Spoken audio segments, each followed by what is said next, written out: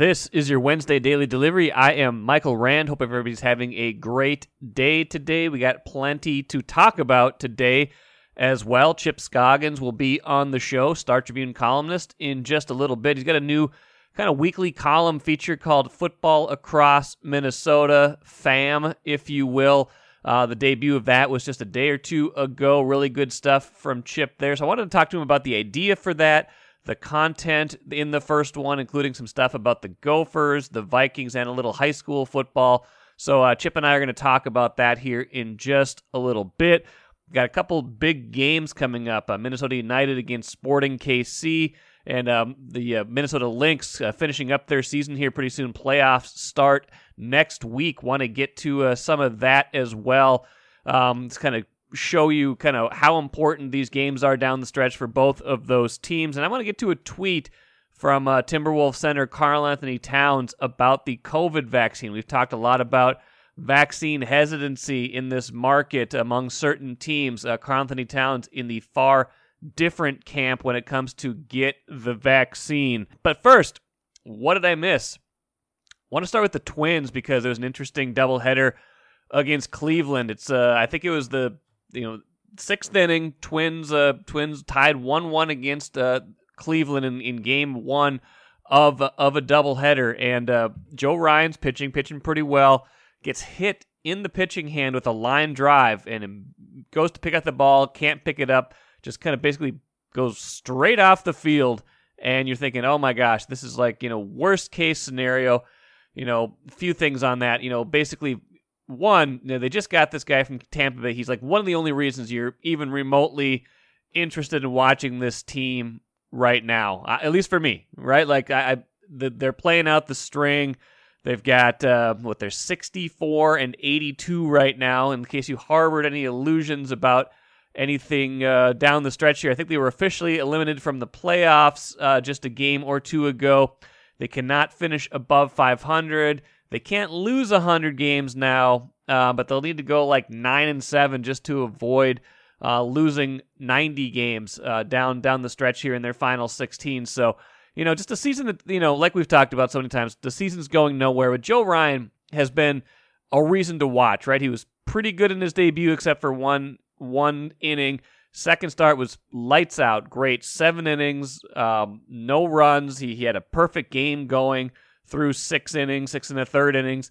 And then he pitches well again the other day. 5 innings, I think 1 run, just a few hits, good strikeout totals. Then he gets hit with this line drive, and you're like, oh man, is his season over? Was this a catastrophic injury that could, that could change the course of his career? And you're thinking that because A, it looked bad. He ran right off the field. It seemed like it was really serious.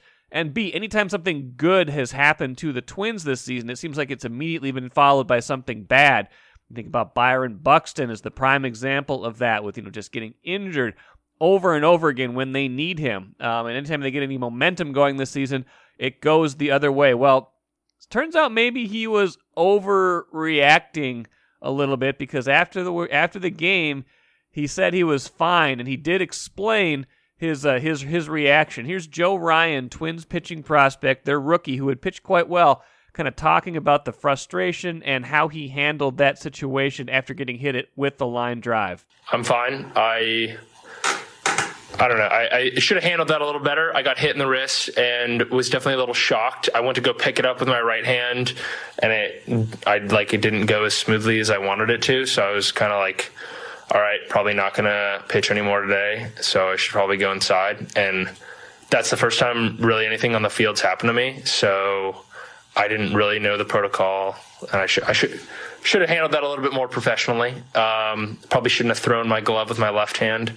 but I think that sets a bad example, and I should have been a little bit more professional about that. And that's just on me, but a little out of character. That's the only thing I'm really upset about.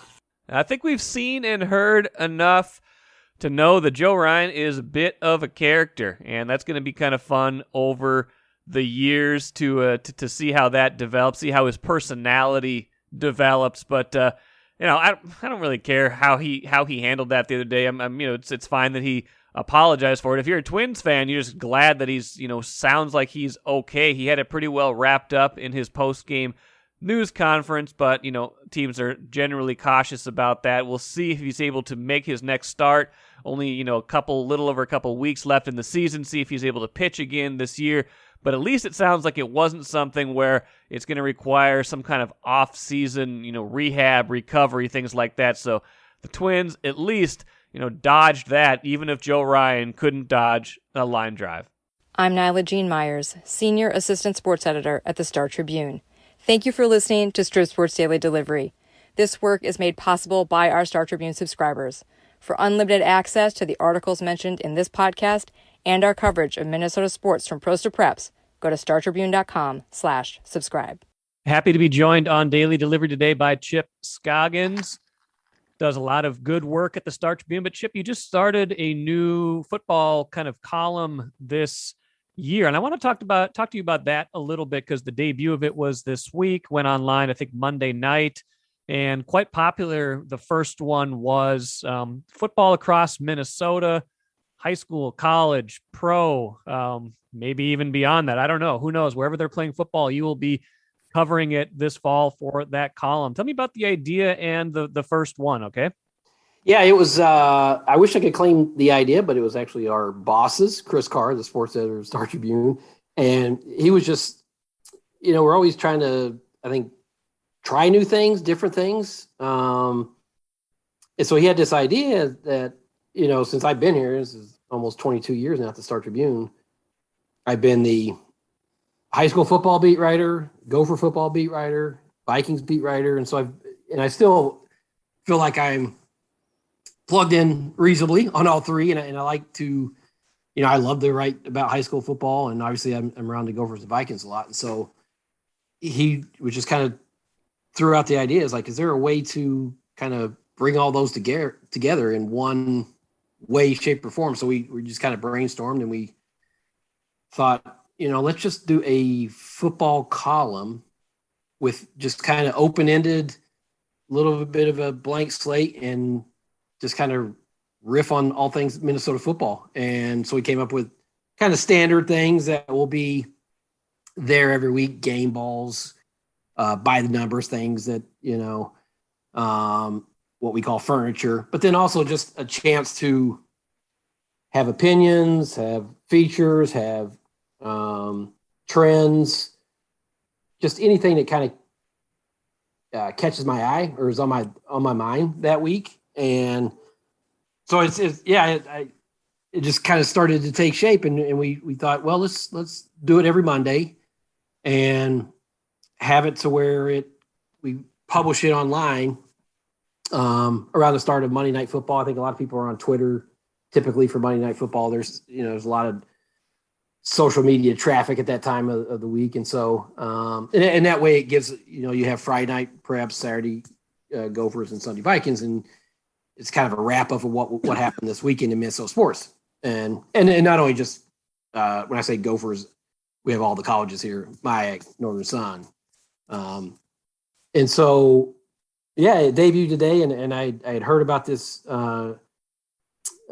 kid from Grand Rapids, the quarterback up there, who had suffered a serious neck injury, a spinal cord injury, in a preseason scrimmage, August 28th. And so I was able to talk to him and his family and high school coach, and thank goodness he's doing well. He had surgery. We could talk about it more, but he thought he is a normal hit. They thought hard, but a typical football play. And 5 hours later, he's being told he needed to be put on a medical jet from Grand Rapids and flown immediately to the Twin Cities for surgery because he had a crushed C6 disc in his neck, which is, I can't even imagine. As I told his dad, as a parent, I can't even imagine what that sounds like, to hear. So and then get into the Vikings and Gophers game of the weekend. So it's something different, and I hope people enjoy it and kind of get a sense of it's not just Vikings, not just Gophers, it's not just whatever. It's Minnesota football, and here's kind of what's going on. Yeah, I really like the format. It reminds me of some things that are done nationally, but on a local level. Everything is Minnesota football to it. I love the lead story, the lead to it today, like you said, the human element with the high school player. And he's a pretty good player, right? Was he have college career, did he not? Yeah, it's funny. He's 6'3", 230-pound quarterback. Now, he's played linebacker his whole career.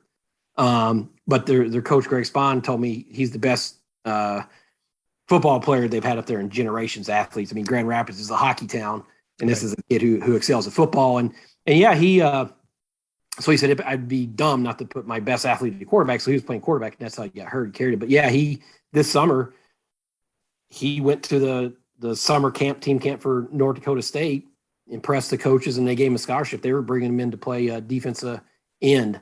So he's playing high school quarterback, but he's going to play defense end there. But obviously no one has told him this, but talking to parents, they realize his football career is over. I mean, it's just too serious of it. They had to fuse his C5 to C7.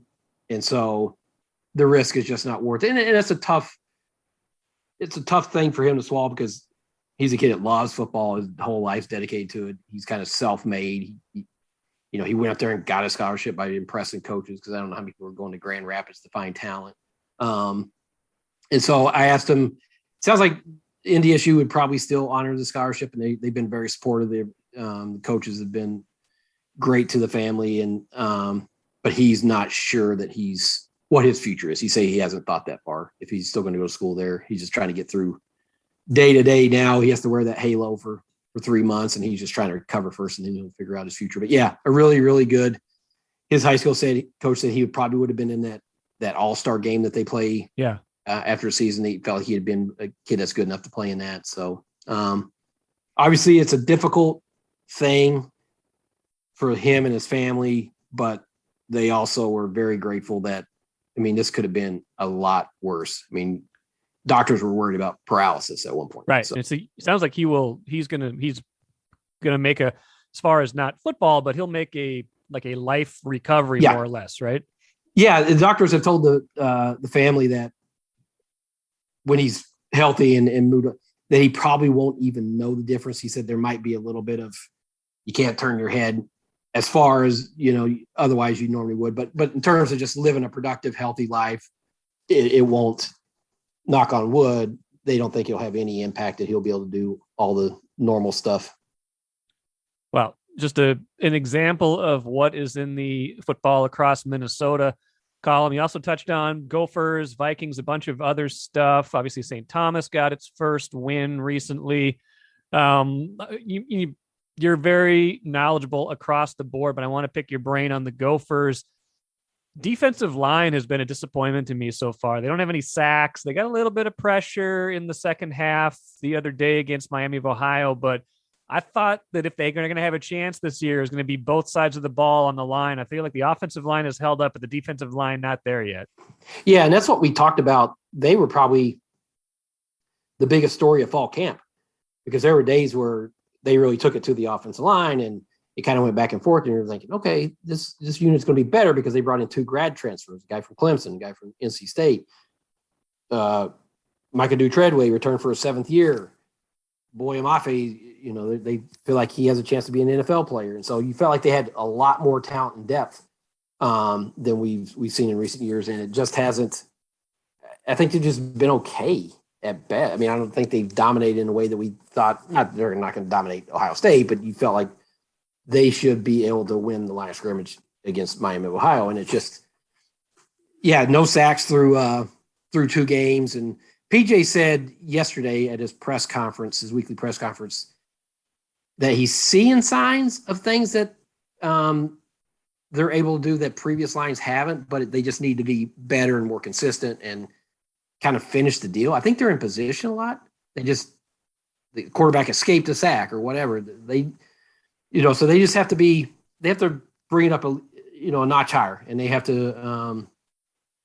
just have to be able to finish the deal on some of these things. You got to get to the quarterback, and I think that'll help out their back end. I still have some questions about their secondary, and those things work hand in hand, rush and cover, right? You got to be, and so that'll obviously help out their secondary, and their secondary got beat on 3 deep balls, I guess you'd say, some passes over 25 yards. PJ said they were 3 for 11 in that regard on Saturday. And so, the 2 of them were touchdowns and 1, I think, set up a touchdown. But They were in position. Their corners were in position. They just didn't make a play. They had actually good coverage. The guy just was better than him. He made a catch. And so, but I think to me, the defensive line is a spot that has to be a lot better here going forward. Yeah, and they got Colorado this weekend, and it's a team that, what is it, 10-7 they played this weekend against Texas A&M? And both of them were down quarterbacks. Right. Colorado's down to their third quarterback, and Mike, they average less than 100 yards passing a game. I mean, you're down to your third guy. I think they've only attempted, I looked at 40 passes in 2 games, so they're not going to throw the ball a lot. They have a good running back. I think they're going to try to win a certain way, play good defense, run the ball, and it'll have to be, they'll try to win a close game. But this is a game.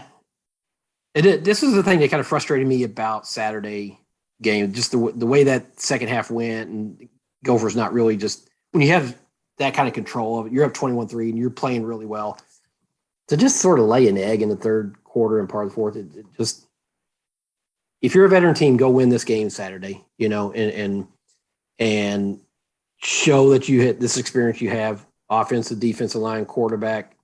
Yes, you don't have your best player, your running back, but this still should be a game. If you're going to be a serious contender in the Big Ten West, this is the game you go down there and win.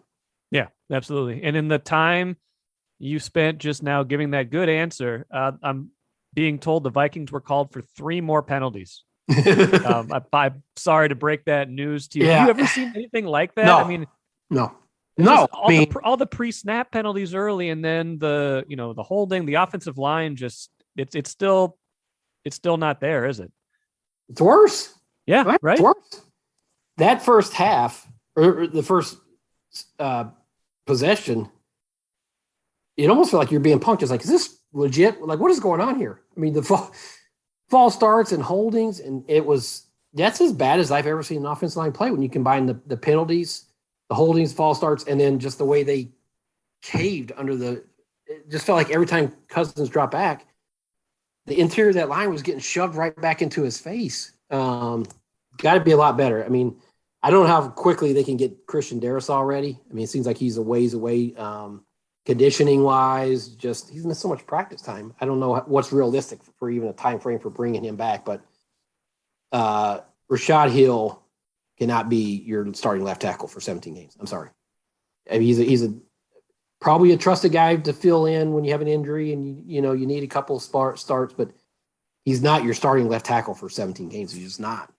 And I don't know where Wyatt Davis is, but I just thought Ezra Cleveland and Bradbury were just not good at all, and Rashad Hill along with him. So I don't know how you fix it, Mike. No, that's it. I mean, I'm seeing what I saw on Sunday. I'm even more surprised now that they didn't kind of do what they did with the secondary this year, which was, bring in a couple of veterans at least. They don't have to be the greatest players in the world, but just a couple of guys that can kind of plug and play until you're ready to go. And they're trying to get by, and it's not happening right now. Yeah, and I don't know, the cost on those. I don't know who was available. I agree the same way as I would not have trusted these guards. And same thing with Bradbury. I mean, this is a make or break year on him, and he not exactly off to a roaring start in solidifying that position. And so, yeah, I mean, we thought last year, it's funny how you think after the draft, well, I don't know if we said fixed, but that line's going to be a lot better. And then you see everything that happens with injuries and guys being back, and then you have to start with this group, and they play like that. It's worse last year than last year, and I don't know how you fix the center not being able to hold up against powerful nose tackles, because guess what? That Bengals defense is probably better. Yeah. But it's not the best defense they're going to face. No, and that's the concerning part. Like, you played a team that's not great, and Cousins ended up with a lot of yards passing, but that was kind of out of necessity. Because he threw 49 passes. Exactly. Yeah. And they had to throw because they were behind, and they threw all that. They could have won that game. Two more things quick. I know you got to run. Does your outlook from the start of the year change based on what you saw Sunday, or is that kind of what you expected in some regards? No, I thought they'd win. And my outlook changes because the offensive line, that was not a good team that they lost to, or a great. And so I have made a lot more major concerns about the offensive line. I didn't think Breland was that great either on defense. No, he wasn't. And so that's a concern there. I liked some things you saw on the defensive line, but now you start, just when you think everything's going this way in the NFL, it swings back the other. But Mike, I look at that schedule and I don't think it's inconceivable that they could be looking at an 0-4 start. Yeah, I mean Arizona looked pretty good, and then you come home, but it's Seattle and Russell Wilson, and then Cleveland. Two teams that were going to test them. Playoff teams. Playoff teams. Two playoff teams last year. So, Chip, I know you're a plan ahead guy. Anything on tap that you know of yet for the next installment of Football Across Minnesota? I am working on a couple things. I'm hoping they come through. I have actually a couple phone calls out, but no. Hopefully we keep the goal is to unearth stories that have not been out there or have kind of been under the radar. Obviously some weekends we're going to write about the Vikings or Gophers, big game, that type thing. But I also, if people are listening to this, send me tips because I want to hear, that's what happened with the kid today. And I want to unearth stories, really compelling stories of in the football world in Minnesota, and it doesn't always have to be the Gophers and Vikings. So I have a couple of things I'm working on to hopefully come through and hopefully we have another good second episode next Sunday night. So, well, good stuff, Chip. Go read Football Across Minnesota. I'm looking forward to the second installment, and you should be too. Chip, we'll talk to you soon, all right? All right, brother. Thank you, man. Good conversation with Chip Scoggins. One postscript to that, after we talked about the Vikings offensive line, went up and looked up the Pro Football Focus grades for the week. Vikings 18th in pass blocking, which I guess is kind of middle of the pack, could have been worse. Number 30 in run blocking out of 32 teams. So that speaks to the offensive line, what they were able to get done, what they weren't able to get done. Dalvin Cook got stopped a lot for no gains, short gains, things like that. Constantly put them behind the chains on Sunday. They're just going to need to be better. And, again, the personnel, you don't know how much better it's going to get. They're just going to need to get better as a unit as the year goes on. I think we say that every year, though, so I'll wait for it patiently without expecting it. Let's move on now to a tweet from Karl-Anthony Towns that I saw on Tuesday. Towns says he's kind of had a quiet off season, which is probably good for him. He probably could use that. But the last night, 7:49 p.m. tweets, "Every day I see a new excuse why people ain't getting the vaccine. You're starting to get creative with these reasons, quote unquote, though, and it's actually really funny." Now, we've talked a lot about vaccine hesitancy. I guess that's a polite term for it in this market because of the Viking status, especially some of their most high-profile players, especially their most high-profile quarterback, Kirk Cousins, not getting the vaccine. This is a step in the complete different direction, obviously, right? This is a prominent player for the Timberwolves saying, basically, get the vaccine, you idiots. And, obviously he has not just a scientific interest in this.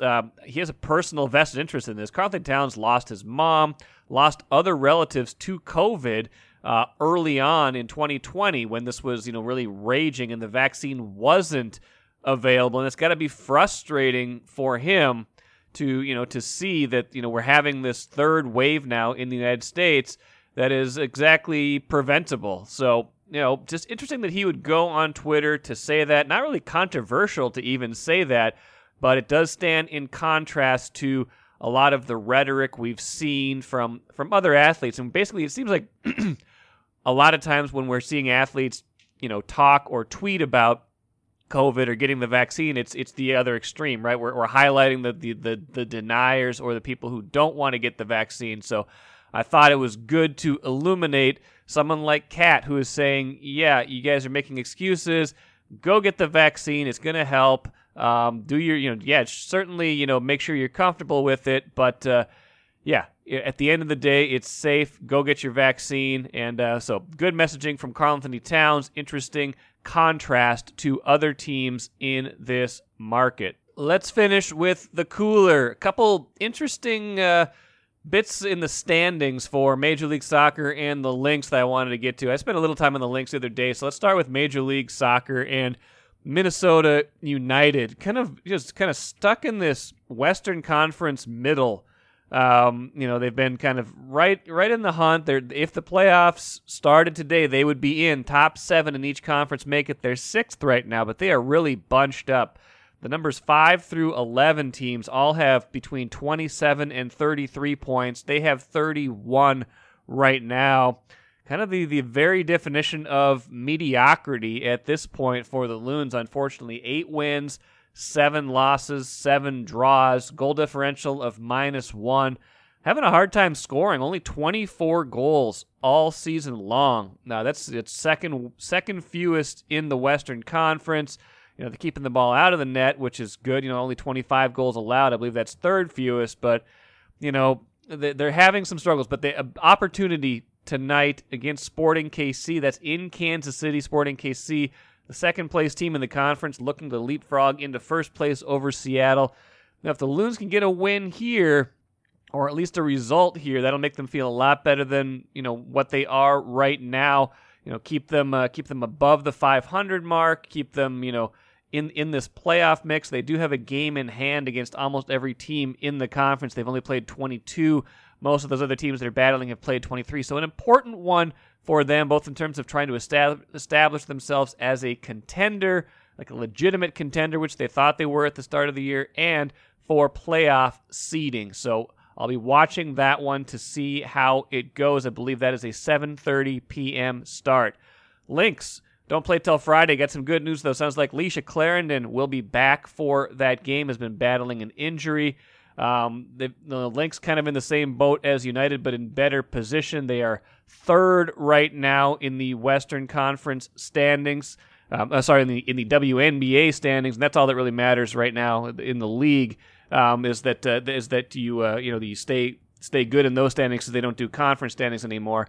Still a chance to kind of slip or move, but trying to solidify their spot at number 3 at the very least, which would get them that first round bye and get them a more favorable matchup. So that season ends Sunday, by the way. 2 more games against Indiana and Washington, not 2 of the better teams in the league, so a chance for them to take care of business, lock up what they've got at the end of the year, and then hope for the best once the playoffs roll around. That will do it for today. Good stuff coming up later this week. Lavelle E. Neal III is going to join me on Thursday. I'm sure we'll hit a whole bunch of topics, including his upcoming road trip to see the Gophers and the Vikings. Mark Craig will be on Friday's show for some picks, NFL picks, and probably some other bonus surprises as well along the way. So thanks for listening today to Daily Delivery. I'm Michael Rand. We'll catch you again on Thursday.